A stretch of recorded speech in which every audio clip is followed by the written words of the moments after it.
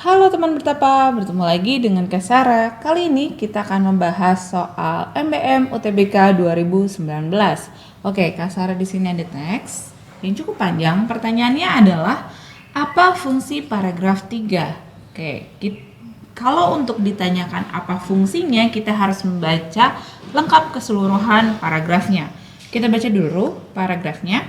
Rekayasa literasi sastra mendesak untuk dilakukan di kalangan anak muda.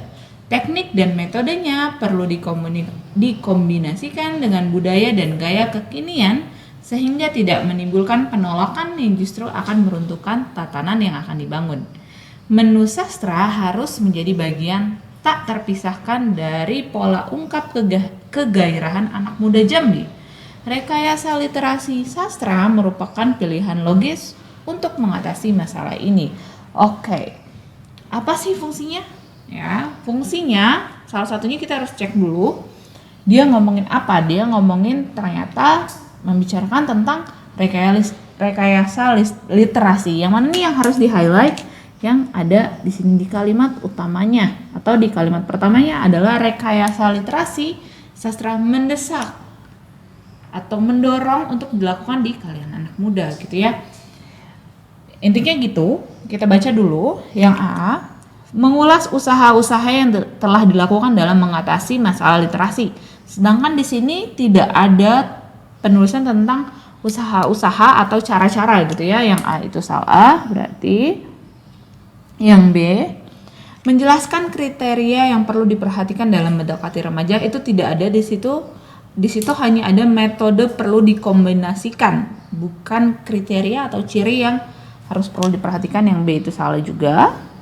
Yang C, menjabarkan akar permasalahan dari masalah literasi di kalangan remaja. Di sini tidak ada, di sini hanya disarankan untuk mendesak dilakukan di kalangan anak muda sehingga tidak menimbulkan penolakan gitu ya. Menjabarkan juga bukan.